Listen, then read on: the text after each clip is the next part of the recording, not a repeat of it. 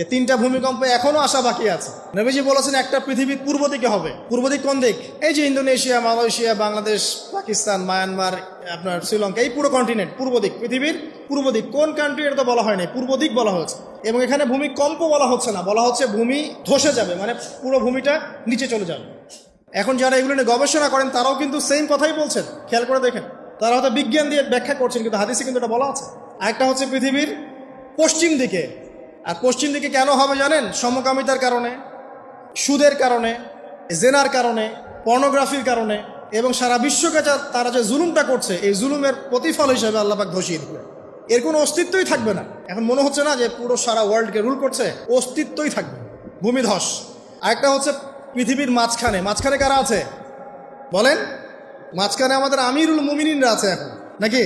যারা গান বাজনাকে উন্মুক্ত করে দিচ্ছে, যারা পর্দার শিথিলতা নিয়ে আসছে, হ্যাঁ, যারা ইসরায়েলের সাথে আতাত করছে, এরা আছে, আমিরুল মুমিনিনরা আছে। তো সেখানেও একটা ফিতনা অপেক্ষা করছে, অপেক্ষা করতে থাকেন। তো এই কথাটা বলতে গিয়ে আমি এখানে এসেছি। পৃথিবীতে কিন্তু এখনো তিনটা বড় বড় ভূমিকম্প বাকি আছে। আর সর্বশেষ আলামত হচ্ছে ইয়েমেন থেকে একটা আগুন বের হবে, বিশাল আগুন। এই আগুনটা মানব জাতিকে হাসরের মাঠের দিকে তাড়িয়ে নিয়ে যাবে। এই 10টা আলামত না আসা পর্যন্ত কিয়ামত হবে না। অতএব আপনি এখন রিল্যাক্সে নাকে তেল দিয়ে ঘুমান, নাকি ভাই?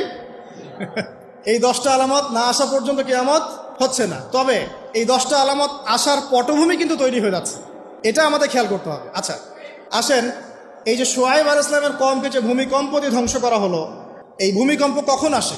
আল্লাহ পাক বলছেন তার রাসূলের মাধ্যমে, যখন সমাজের মধ্যে পাপ বেড়ে যাবে, অশ্লীলতা বেড়ে যাবে, মানুষ মাদককে হালাল মনে করা শুরু করবে, জেনাকে হালাল মনে করা শুরু করবে, এবং এই যে বেপরদামি বেড়ে যাবে, তখন সমাজের মধ্যে ভূমিকম্প দেখা দিবে, ভূমিধস দেখা দিবে।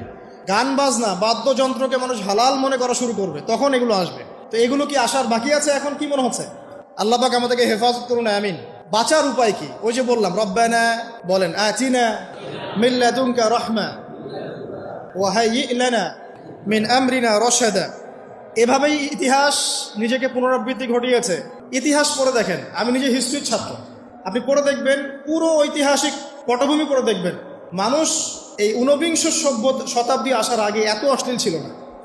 এখনকার বিশ্বে যত সমস্যা চলছে, কয়েকটা বলি, রিবা বা সুদ, জেনা বা উন্মুক্ত যৌনাচার, তারপরে বেপরদামি অশ্লীলতা, 4 নাম্বার আপনার মাদক, ঠিক আছে, 5 যে বড় মহামারী পর্নোগ্রাফি, যত বড় বড় মেজর সমস্যাগুলো চলছে, যেগুলো ইয়াং জেনারেশনকে ধ্বংস করে দিচ্ছে, এগুলোর ম্যাক্সিমাম এসেছে কিন্তু পশ্চিম থেকে। খেয়াল করে দেখবেন, এগুলো কিন্তু বাংলাদেশ থেকে আসে নাই, আসছে ভারত থেকে আসছে, পাকিস্তান থেকে আসছে, সাবকন্টিনেন্ট থেকে আসে নাই।